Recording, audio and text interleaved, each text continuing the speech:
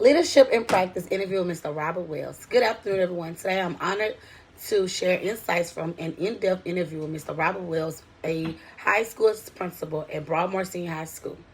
Over the past 4 years, Mr. Wells have led his school with student-centered vision grounded in faith, integrity, and collaborative leadership. Leadership traits and behaviors. When asked about his core leadership traits, Mr. Wells was clear. Everything I do is centered around the students. It's not about the adults. It's about what benefits the students the most. He believed effective leaders keep students at the heart of every decisions and actions. He shared that he puts God first and let his faith guide his leadership. For him, leadership isn't about personal power. It's about building a strong team and assuring them that every instruction, every policy, and every conversation supports student success. Situational leadership. Mr. Wells gave a powerful example of using his voice during a district staff meeting. There were budget cuts and had been proposed that they would have significant impacts for students' learning. At the time, a group of incoming 8th graders were performing far below benchmark. He advocated for additional staff support, arguing that it wasn't fair to one teacher to be effective to reach 33 struggling students. You have to speak up, not for yourself, but for your campus. If your kids need more, you have to say it. Though, through all the advocate and the evidence, he was able to secure another teacher, ensuring better learning outcomes for those students. Ethical and moral leadership. Mr. Wells stressed the importance of high standards and moral character in school leadership. He expanded and explained it starts with having a good moral foundation. You got to treat people with fairness, respect, and integrity, whether they're staff, students, or parents.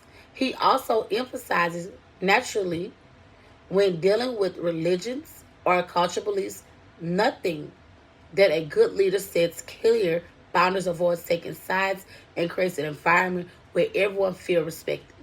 While he has faced no major ethical crisis yet, he recalled having a counseling staff on how to handle students that was tied in gang affiliation, urging them not to single anyone out, but instead to create a culture of respect and belonging. Power and influence. Mr. Wells shared his perspective on power. I don't know.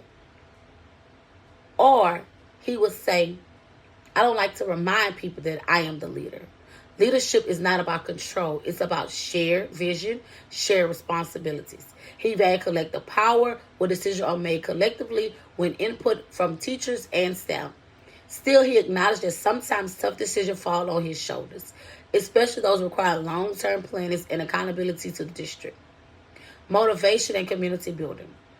To build influence and motivate his team, Mr. Wells focused on an approach and a value. He explained when people don't feel value, they isolate. You have to listen to them and their concerns and their ideas, and you have to show them that their input matters. He believes in student voices as well.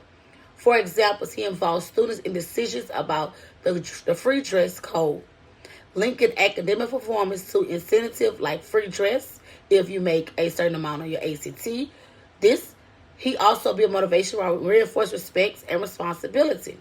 The role of social in his first year as a president, Mr. Wells led the development of the new school mission and vision.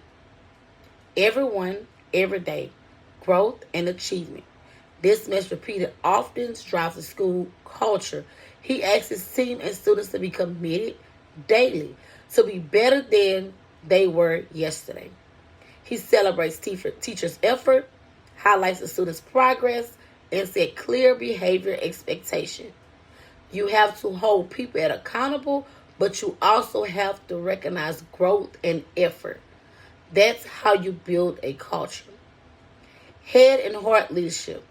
When asked how balanced, logical, with emotions, Mr. Wells said, you got to use your head and your heart together. Don't react right away. Think it through. Is this decision building a trust? Is my heart in the right place? He believed long-term decisions should always align with values, and every choice should reflect a care, honesty, and alignment with what God expects of him as a leader. Continue this approach to leadership. Mr. Webb acknowledged that leadership is never one size fits all. In emergency like safety issues, I led more directly. People need fast answers. But with planning or curriculum, I shift to collaboration. He adapt based on staff experience. New teachers get more hands-on support, while veteran staff get more one-on-one. He also shared personal stories from his second year teaching faced with a group of disengaged juniors. He started with a rigorous structure approach, but it failed. So he changed the course and built personal relationship and giving students more choices and slowly rebuilding their trust. That shift led to a better engagement and outcomes. Sometimes what a group needs isn't more control, it's more of a connection. In closing, Mr. Wells reminded us that leadership is about adapting and using the purpose. It's not about me.